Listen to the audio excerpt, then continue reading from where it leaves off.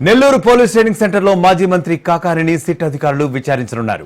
ప్రభుత్వ భూ రికార్డులు తారుమారు చేశారన్న అభియోగంపై సిఐడి పోలీసులు కేసు నమోదు చేశారు. రెండో అదనపు జ్యుడిషియల్ మేజిస్ట్రేట్ శారదారెడ్డి ఇచ్చిన ఆదేశాలతో ఈ కేసును నమోదు చేశారు.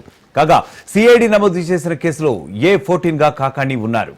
ఈ క్రమంలోనే సాయంత్రం 5 గంటల వరకు న్యాయవాదుల సమక్షంలో పోలీసులు ఆయన్ని విచారించనున్నారు. ప్రభుత్వ భూముల రికార్డులను పట్టా భూములుగా డిజిటల్ సంతకాలు ఎలా మార్చారని, ఎవరెవరి ప్రమేయం ఉందని అడిగే ఛాన్స్ ఉన్నట్లుగా తెలుస్తోంది. దీనిపై మరిన్ని అప్డేట్స్ మా ప్రతినిధి చరిత్ కుమార్ అందిస్తారు. చరిత్, ముఖ్యంగా చెప్పండి, కాకానిని ఏ విధమైనటువంటి ప్రశ్నలు అడగనున్నారు సిట్ అధికారులు? Thank you Prasad. ఏదైతే మాజీ మంత్రి కాకాని గోవర్ధన్ రెడ్డి సిట్ విచారణ ఈ రోజు రెండో రోజు అయితే కొనసాగుతుంది.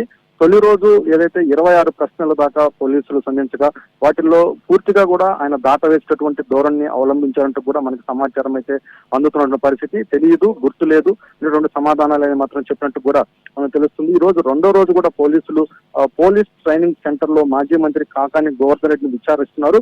ఏదైతే వెంకటాచలం దగ్గర విలువైనటువంటి ప్రభుత్వ భూముల రికార్డులు తారుమారు కేసులో అయితే మాత్రం ఈ రోజు మాజీ మంత్రి కాకాని గోవర్ధన్ రెడ్డి విచారణ ఎదుర్కొన్న పరిస్థితి చెప్పాలి. ఈ ప్రభుత్వ భూములకు అంటే పట్టా భూములుగా డిజిటల్ సంతకాలు మార్పుకు పూర్తిగా కూడా ఆ రోజు మంత్రిగా కూడా మీ ప్రమేయం ఉందంటూ కూడా పోలీసులు దీనిపై కేసులు నమోదు చేసిన పరిస్థితి.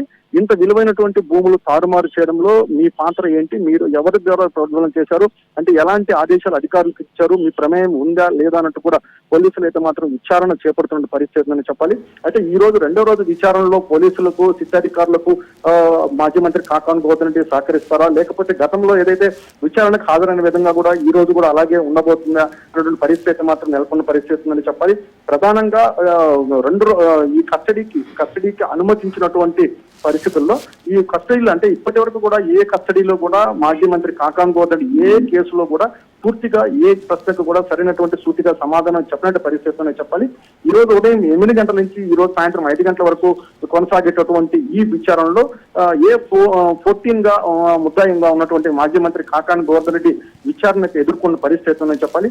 అయితే పూర్తిగా దీనికి సంబంధించి ఏదైతే అభియోగాలు ఆయన ఎదుర్కొంటున్నాడో భూములు తారుమారు రికార్డులు భూములు తారుమారు కేసులకు సంబంధించి మాత్రం ఈ రోజు సాయంత్రం ఏదైనా కొలిక్కి వస్తుందా, లేకపోతే అలాంటి అవమానం అవలంబిస్తారని మాత్రం వేచి పరిస్థితి ప్రసాద్. Right, thank you.